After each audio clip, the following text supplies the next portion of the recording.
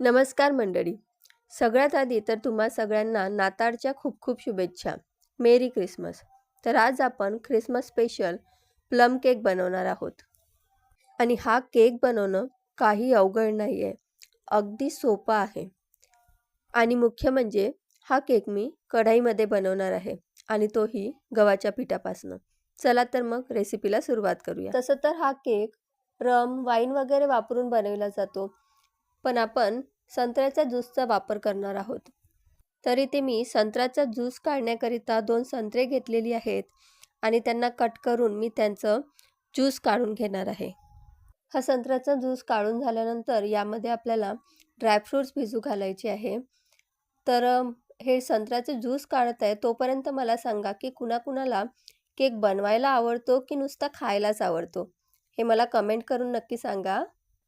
तर इथे मी ज्यूस काढून घेतलेला आहे आणि त्याला मोजून घेत आहे मी. तर इथे अर्धा कप ज्यूस आपल्याला घ्यायचा आहे. तर आता या ज्यूसमध्ये ड्रायफ्रूट्स भिजत घालायचे आहे. तर इथे तुम्ही कोणतेही ड्रायफ्रूट्स घेऊ शकता आणि कितीही घेऊ शकता. यामध्ये कोणतंही बांधलेलं नाही आहे.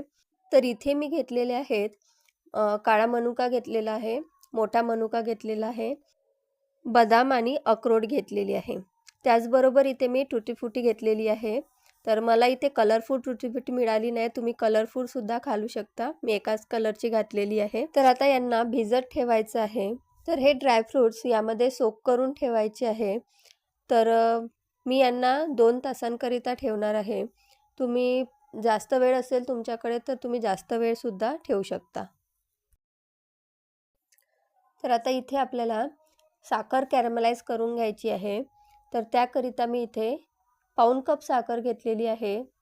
ती एका कढईमध्ये घालून तिला छान पसरवून घेतलेली आहे आणि आता आपल्याला त्याला वितळू द्यायची आहे. साखर छान वितळू द्यायची आहे. त्याला आपल्याला हात लावायचा नाही आहे. कमी आचेवर त्याला वितळू द्यायचं. तर इथे तुम्ही बघू शकता हळूहळू ती वितळायला लागलेली आहे. आपल्याला हलवायचं बिलकुलच नाही आहे. मी इथे हलवून घेतली आणि ते आता गडे होत आहेत. तर आपल्याला साखर पूर्ण वितळू द्यायची आहे. त्याला हलवायचं नाही आहे.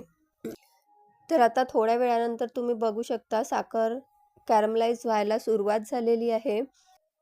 तर इथे पूर्ण साखर वितळल्यानंतर आपल्याला छान उकळी येऊ द्यायची आहे. आता काही वेळानंतर तुम्ही बघू शकता साखर पूर्ण वितळलेली आहे आणि इथे कॅरमलायझेशन सुरू झालेलं आहे. तर यामध्ये आता आपल्याला पाणी घालायचं आहे. तर इथे मी पाव कप पाणी घालत आहे, म्हणजे 1/4 कप पाणी घालून घेत आहे. पूर्ण पाणी घालून घ्यायचं आहे आणि त्याला पातळ करायचं आहे. त्याला या प्रकारे छान गडे त्याचे वितळून घ्यायचे आणि पातळ करून घ्यायचं आणि पातळ झाल्यानंतर एक उकळी येऊ द्यायची. तर हे बघा या प्रकारे याला छान उकळी येऊ द्यायची. आता इथे आपलं कॅरमलाइज केलेलं साखर तयार आहे. आता याला गॅस बंद करून थंड करायला ठेवून द्यायचं आहे. कॅरमलाइज केलेलं साखर आपलं थंड होत आहे तोपर्यंत आपण बाकीची तयारी करून घेऊया. तर मी इथे केक टीन तयार करून घेत आहे. तर सुरुवातीला खाली बटर लावून घेतलेलं आहे आणि त्यावर मी पेपर ठेवून त्यावरती सुद्धा बटर लावून घेत आहे. अशा प्रकारे इथे केक टीनसुद्धा तयार झालेला आहे. मी इथे केक आपल्या पॅनमध्ये बेक करणार आहे. तर त्याकरिता पॅनसुद्धा मी प्रीहीट करायला ठेवलेला आहे गॅसवर. त्यामध्ये एक स्टँड ठेवलेला आहे आणि त्यावर झाकण झाकून त्याला प्रीहीट होऊ द्यायचं आहे आता. तर ही सगळी तयारी आपल्याला बॅटर तयार करायच्या आधी करायचं आहे. तर इथे आपण कॅरमलाइज केलेलं साखर छान थंड झालेलं आहे. ते या प्रकारे दिसतं एकदम शहदसारखं. तर आता यामध्ये आपल्याला मेल्टेड बटर म्हणजे वितळून घेतलेलं तूप घालायचं आहे आणि ते सुद्धा थंड करून घालायचं आहे. इथे आपल्याला सगळ्या वस्तू थंड वापरायची आहे, रूम टेम्परेचरला असलेले. त्याचबरोबर यामध्ये मी अर्धा चमचा व्हॅनिला इसेन्ससुद्धा घालून घेतलेला आहे. आता छान हे एकत्र करून घ्यायचं आहे. हे एकत्र झाल्यानंतर आता यामध्ये आपल्याला पीठ घालून घ्यायचं आहे. तर मी इथे गव्हाच्या पिठाचा वापर करत आहे. त्याकरिता इथे मी चाळणी घेतलेली आहे आणि त्यामध्ये 1 कप पीठ घालून घेत आहे. गव्हाचं पीठ आहे.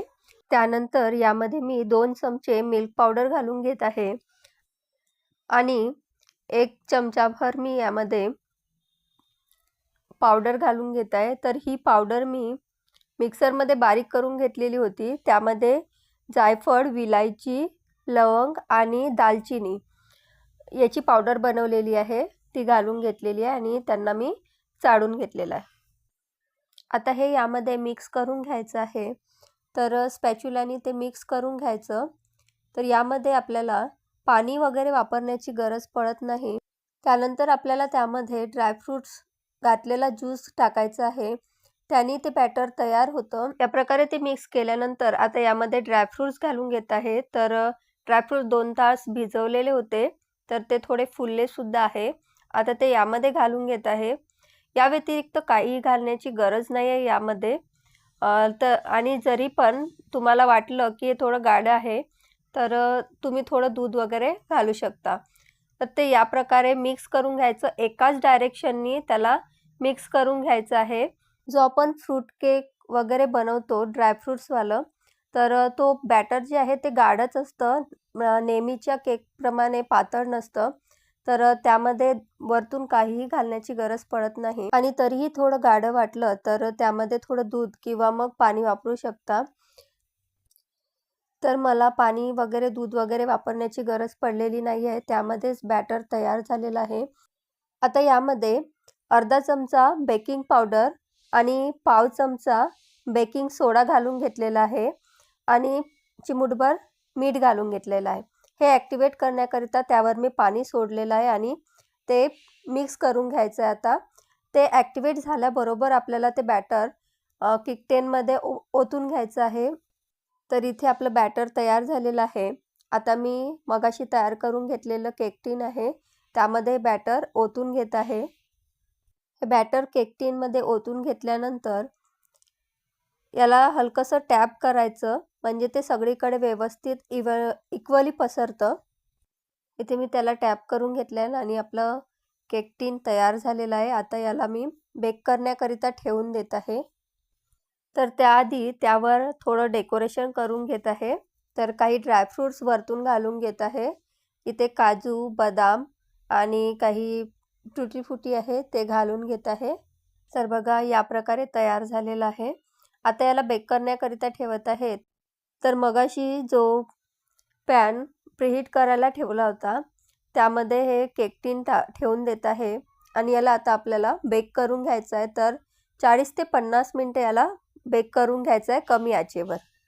तर इथे 45 मिनिटानंतर मी केक बघा तुम्हाला दाखवते पूर्ण बेक झाला आहे की नाही ते। तर इथे सुरी घालून बघितली तर पूर्ण क्लीन आलेली आहे सुरी।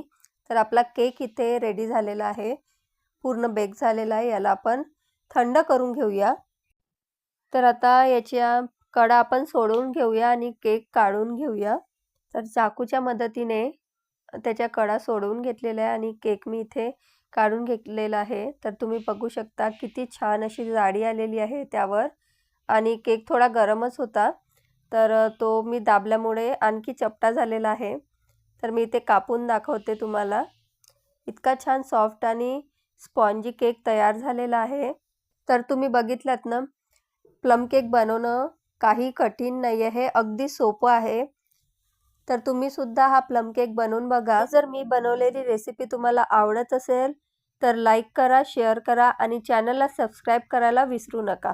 पुन्हा भेटू नवीन रेसिपीसोबत। धन्यवाद।